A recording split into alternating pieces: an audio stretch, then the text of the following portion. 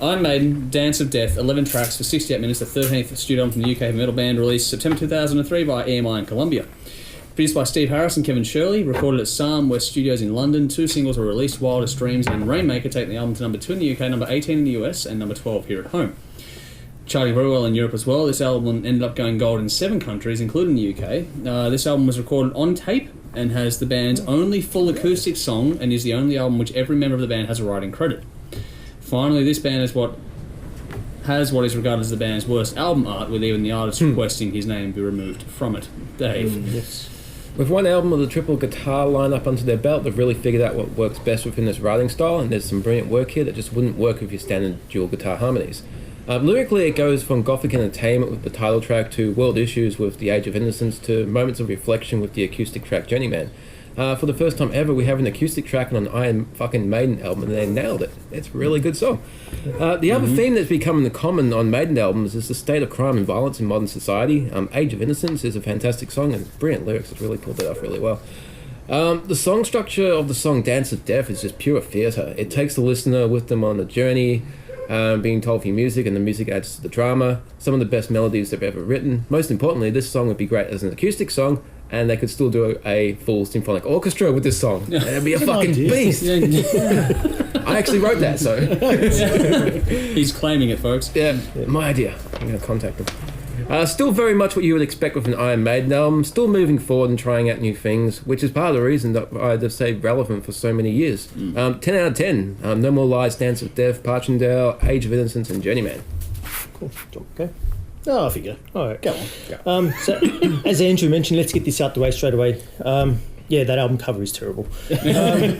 But like Dave, I've read Bruce's book, and apparently that was it was a draft, or saying, hey, this is what template of what we think the album cover should be. Someone at EMI or whoever grabbed it said, oh, cool, there's a new Iron Maiden cover. I don't buy that, because I don't reckon Steve Harris will let that go through. But anyway, I think they're trying to and how many other bands have done reissues of different artwork anyway? Exactly, yeah. So, yeah, it was terrible. That album cover was almost enough for me not to buy this album, to be honest. Wow, okay. I'm sorry. It's 2000 as well, that's unusual. Now, this is, as Andrew mentioned, the only album with contributions from each band member. So even Nico gets in on the act, which is, weird. I mean, I don't think he's really gotten in on the act since then either, to be honest. No.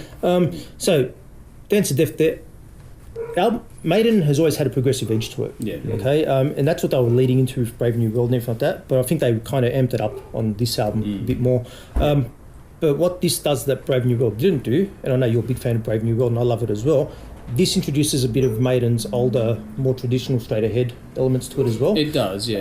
So it's not as... I wouldn't say... Not as progressive, I wouldn't say as... It's more direct. I think so, yeah. So look, there's still a fair amount of synthesizers on this album and everything like this, and keyboards. But the songs overall, I think, are more catchier and memorable. Yeah.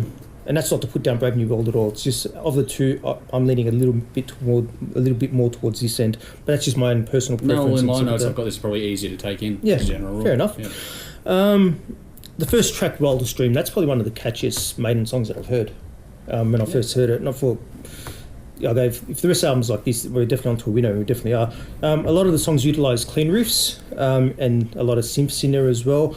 And others are just plain heavy as hell. So this album is pretty textured, pretty varied, which is what I've always loved. All 3 guitars got a lot better since Brave New World as well. Yep. Great work on Brave New World, but here they've really stepped it up. Maybe that's because they've been together for a whole album tour cycle now. Yeah. But they've just really locked in. And like I say, besides even just the solos, everything like that, the riffs are just really well thought out and well structured, and great variety in different tones and styles. It's one of those bands, even though they've got 3 guitars, each of the 3 is so different from each other. You can kind of hear what each one is doing. Yeah. Which I love that in my music as well. Bruce's vocals, they're still great. He's all over the place on this one. Love it. Several of the songs have really classic Iron Maiden lyrics, and but my only drawback is sometimes the repetitive choruses get a little bit stale after a while, but no, it is Maiden, you get that. Instrumentally, there's not much you can really complain about in this album. Yep. As far as individual songs, there are some classics on here. Dance of Death, I love. Paschendale, that was my ringtone for about maybe 2 or 3 years. Just I had the Wicker Man for an alarm for years and years and years. So Paschendale minute I heard that song, go, no, this is quite possibly one of my favourite Maiden tracks, and like I say, it was my ringtone. Both of those songs, Dance of Death and Paschendale, but just incredibly well written, full of amazing guitar playing and really powerful melodies. Other songs, Roll the Streams and Rainmaker, they show off a bit more of the classic side of Iron Maiden, and they're quite catchy as well. Personal favourite for me off this album, though, is that I'm gonna stuff up the name of it, Monsegur. That's notable because it's heavy, it's got awesome riffs, melody lines for days, and that sing-along chorus in it, it's just it's impressive, to say the least. So look, overall, Dance of Death, grade A example of don't judge a book, or in this case an album by its cover. The album is simply extremely solid, and it's a great collection of songs. There aren't any flat points, I would say, in this album. Yeah, look, while I don't care for maybe No More Lies, maybe that's the one that I can kind of pass if I was going to be really critical and had to pick one. Maybe that's it. But I can still listen to it on a good day, and to this day, this is still a pretty regular listen for me. Okay, but cool. Standouts, if I had to pick, Paschendale, Monsegur, Dance of Death, Rainmaker, New Frontier, overlooked Journeyman, check that one out. 8.5 out of 10 for me. Cool. Another one I think stands up with their classic material. It really does, and it will probably never sit there. Not until 50 years from now. Those golden years of sort of metal, I think, are going to remain. Unfortunately, I don't know. It was a pretty special time. So, again, for 2003, this was a pretty wild album. Sounds fantastic. I mean, coming off Brave New World, I mean, it makes sense. It sounds fantastic. Songs are great. Did it get to those heights for me? Maybe not quite, but it wasn't far off it. It was pretty damn good. As you guys said, tones, everything sounds really clever. 3 guitar work is just fantastic. Look, I give it an 8.5 out of 10 as well. I just think it was a fantastic album. Highlights for me, Dance of Death, which is one of my favourite ones to see live, actually. They really slam that when they play it live. It's good fun. No More Lies, I love, actually. I think it's a really good song. Age of Innocence and Journeyman, of course, I think great way to end the album. It's fantastic. Love it.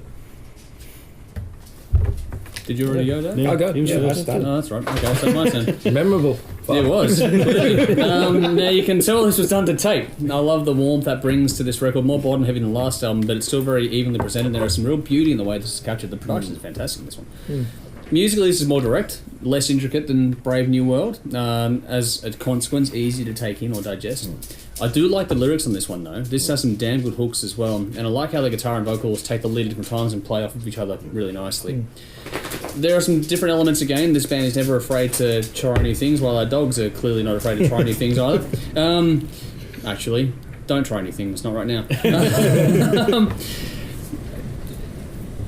With the way they keep changing things up, I gotta say I'm guilty of overlooking this album. I forgot how good this one actually was. I always focused on Brave New World and didn't really give this one a lot of time, and going back to it now, it's like, fuck, you're an idiot. Different note choices, different grooves give this album a fresh kind of feel, and while they're again long songs and they make a longer album, this feels more streamlined. I like what they've done by not going for another version of the previous record. That's a good step away. They've changed it up. And in my opinion, the influence of Adrian Smith on this band is completely underrated. A critically important cog to this band.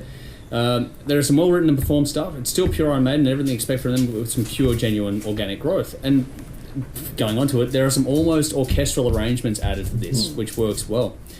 Some of these songs build really nicely as well. Fantastic composition and use of the atmosphere on this release. And I love the little playing methods and effects that make this album more grand in scope.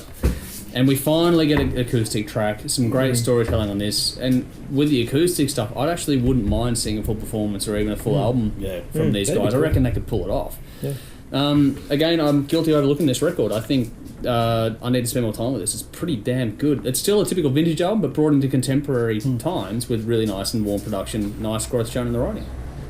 So good to have this band back together the way it was meant to be, in my opinion. And I can't quite rate it as highly as Brave New World, but it's still fucking good. Well worth giving a spin, and definitely shouldn't be overlooked. And probably like you, will be regarded more highly in years to come from now. 9 out of 10. I picked Paschendale, No More Lies, Rainmaker, and Journeyman. Well, we've got a Rainmaker making storms out here. Check it out for yourselves and let us know what you think.